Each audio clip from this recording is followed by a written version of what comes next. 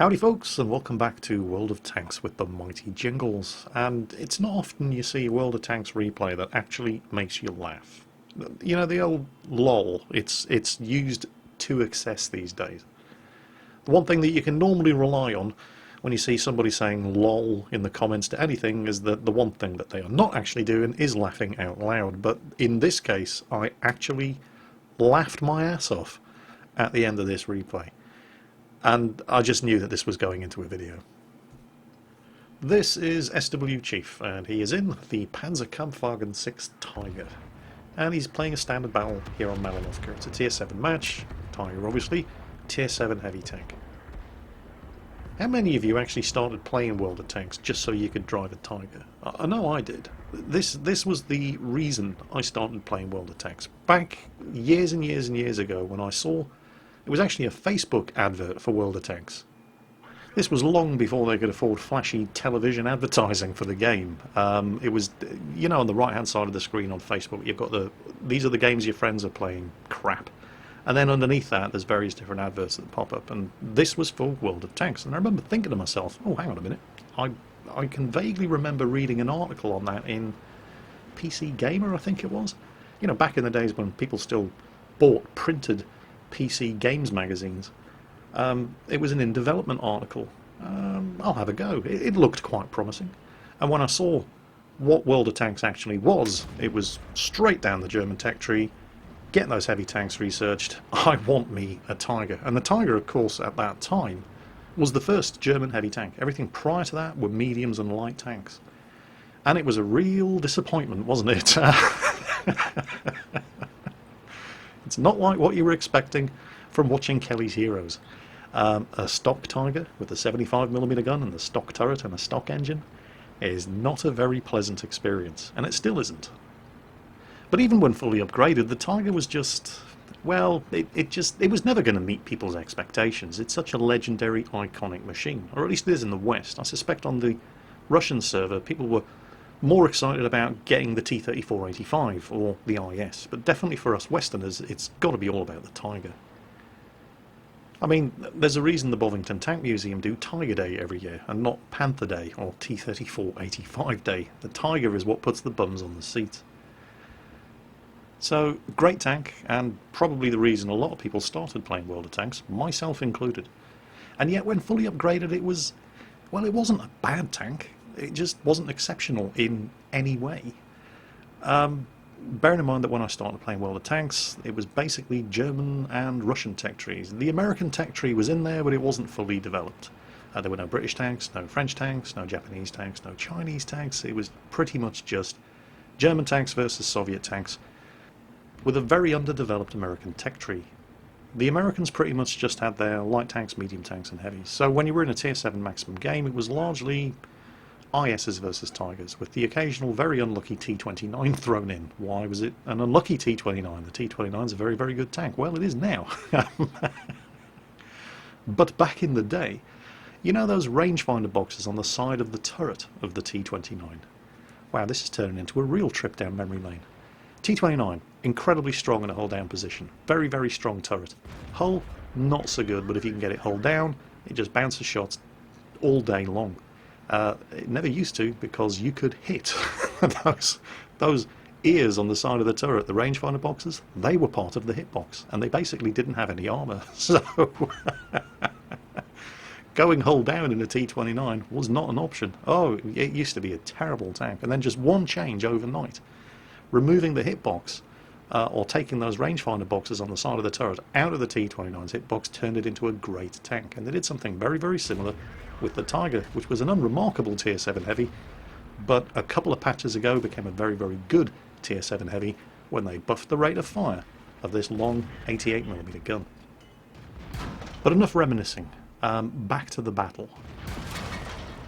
It's not a particularly good start for young Chiefy here, is it? He's just taken a big hit from that A44 and another hit from the A44.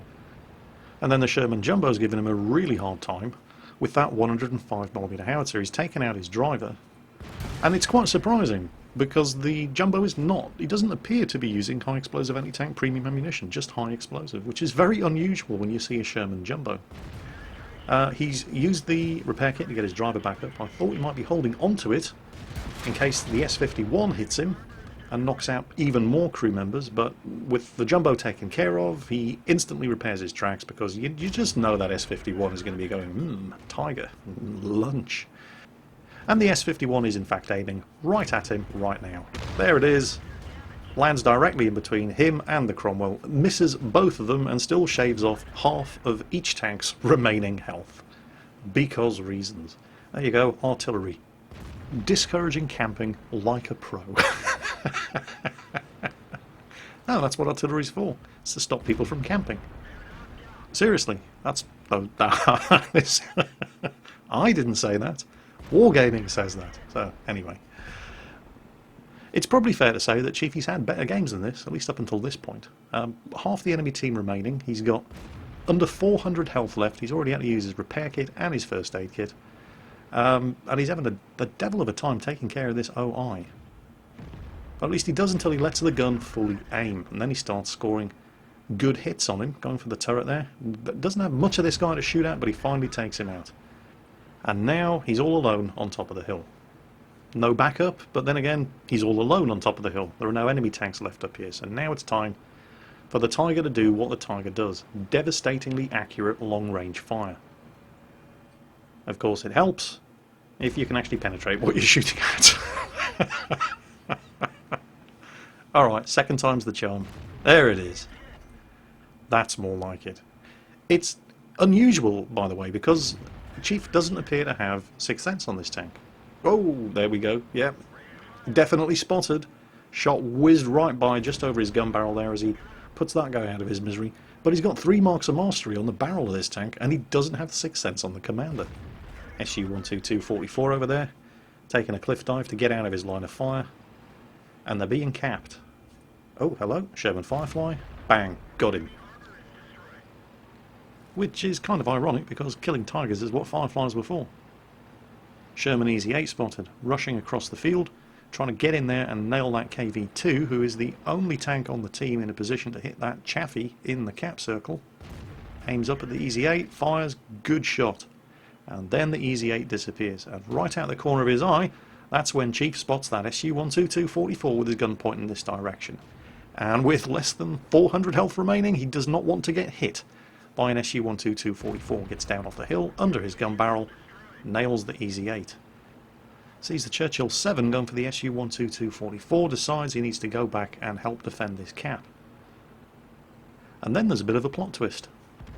Instead of assisting the Chaffee against the KV-2, who's rushing to defend the cap, the enemy S-51 instead obliterates that Churchill, which allows the KV-2 to get up there, kill the Chaffee, and take the pressure off the cap. So all that's remaining on the enemy team is that S-51 and that SU-122-44, who was over in that direction. The SU-122-44 is a very, very good machine. I think it's a little bit too powerful for a Tier 7 premium tank destroyer. The rate of fire on that 122mm gun is unbelievable. It's got decent sloped armour and it's very, very mobile. And it's the mobility that the SU-122-44 driver has been exploiting. There he is all throughout this match. The KV-2's aiming at him, he's aiming at the KV-2.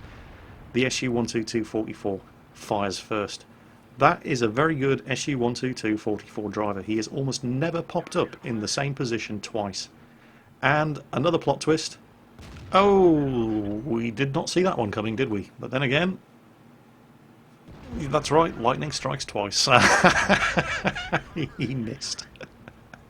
And Chief doesn't bounce twice. But you can see him thinking, oh crap, which way am I going to go? I'm spotted, there's an S-51 in play. Oh, great. Well, there you go. Artillery, once again, punishing people for camping behind rocks at the back of the map. So, well, they've still got this, surely. I mean, there's just an S-51 on the enemy team. They've still got a Jagdpanther who's got a kill, and their own Crusader SP. All the Jagdpanther has to do is find and spot the enemy S-51. You can even shoot him once. It's probably not going to kill him because, well, that long 88mm gun only does 240 average damage, and the S-51 has a little bit more health than that. Hell, even if he has the 105mm gun, and he doesn't, he's got the long 88, he would still have to get a high damage roll in order to one-shot an S-51. Unless, of course, he fires high explosive at him. But you know what happens when you fire high explosive at artillery? It bounces, doesn't it? Or it goes into the tracks. and it still doesn't kill them. So, come on then. What's going on? Is he AFK? He can't be AFK, he's got to kill. Well, but then again, look at where he is. Over there in the middle of the field, you can see SW Chief, burning, smoking, wrecked Tiger. Why didn't he do anything to help him against the SU-12244? Oh, he moved. He's not AFK. He's back. He had actually disconnected. And he's just managed to log back into the game and is now suffering from 400 milliseconds worth of ping. So he's having a pretty laggy game. But that's okay. All he has to do is spot the S51 for the Crusader self-propelled gun. You can even shoot him if he wants, but it's going to take more than one shot to knock out a full health S51. And you know what S51s are like, right? You don't want to get shotgunned by an S51 because the shells are guided by the hand of Stalin, and they don't even have to hit you to kill you.